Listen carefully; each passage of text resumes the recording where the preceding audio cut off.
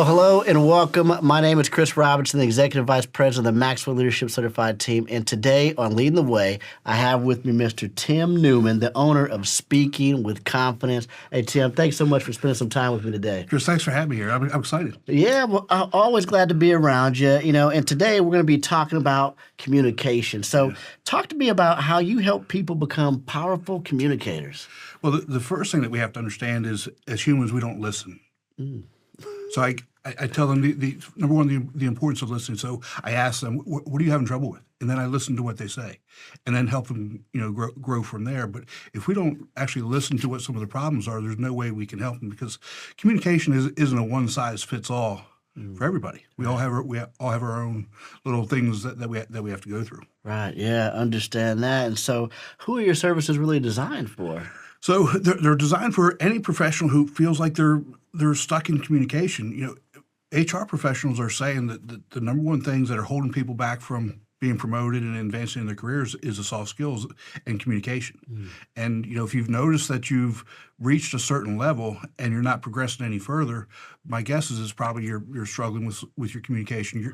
Your message aren't being received the way you want them to be received. You may not be actually listening to what's being told you and acting on those different types of things. So coming back to the whole idea of listening being the bedrock of communication skills. Wow. It's not only the number one skill that can help you get promoted, but it's also the number one fear in the world that people have. Exactly. So talk to me, if I'm that individual that's inside the office and I'm scared of speaking, what advice would you give me? Well, the first thing that I would tell you is don't let that fear override you, because the only way to get better at doing something is to just take that step and do it. I don't take myself very seriously, but I take what I do seriously. And one of the things I share with people is the mistakes that I've made. And if we can laugh at ourselves and say, look, these are the things that I did in my journey. And I tell people all the time, I say dumb things all the time. and it's okay as long as we learn from them. And let people know that it's okay to make mistakes, because people lean into that. They get that, because we're none of us are perfect. Right. Yeah. And it sounds like a little bit of a mind shift, and you talk about that. So talk to me about the mind shift that people have to make if they do want to speak more confidently. Well, part of that comes back to is, what do you want to do? How do you want to get in life? Do you want to help people? What I tell people is your voice has the power to change the world. Wow. And if you don't share that, people lose out. Right. Because you never truly know who you're going to be able to touch with any of the messages that you have. Yeah. Oh my goodness, I love this. I love communicating. I love talking about communication. Who are some of your favorite communicators that you've kind of watched to learn and grow from and model your communication after? Well, obviously John Maxwell. I mean, the way he goes about things, and one of the things I really love about John is that when he's presenting, he sits there with his iPad, right, and makes sure that he's saying the things that he wants to say and is getting the point across. And again, that to me, that shows that even John Maxwell is not necessarily up there, Mr. Super Polished. Right. Listen to every word that I say, because I never make mistakes. So John Maxwell is number one. And believe it or not, Steve Jobs. Yeah.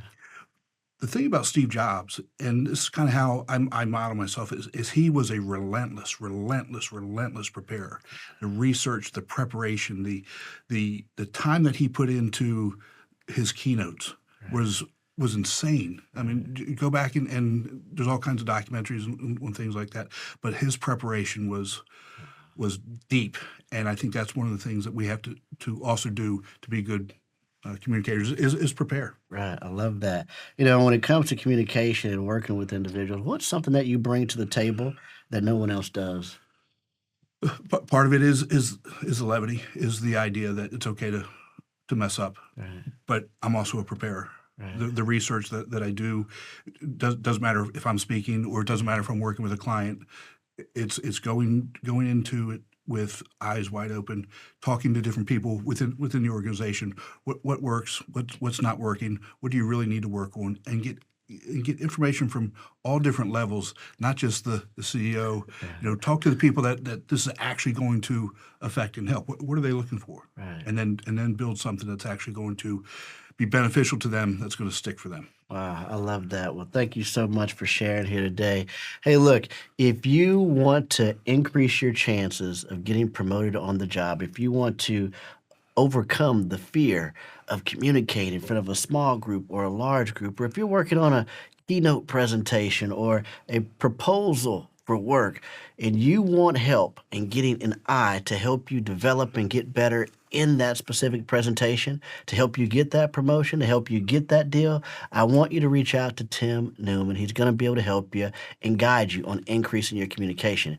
If you can increase your communication, you increase your sales. If you increase your sales, you increase your lifestyle.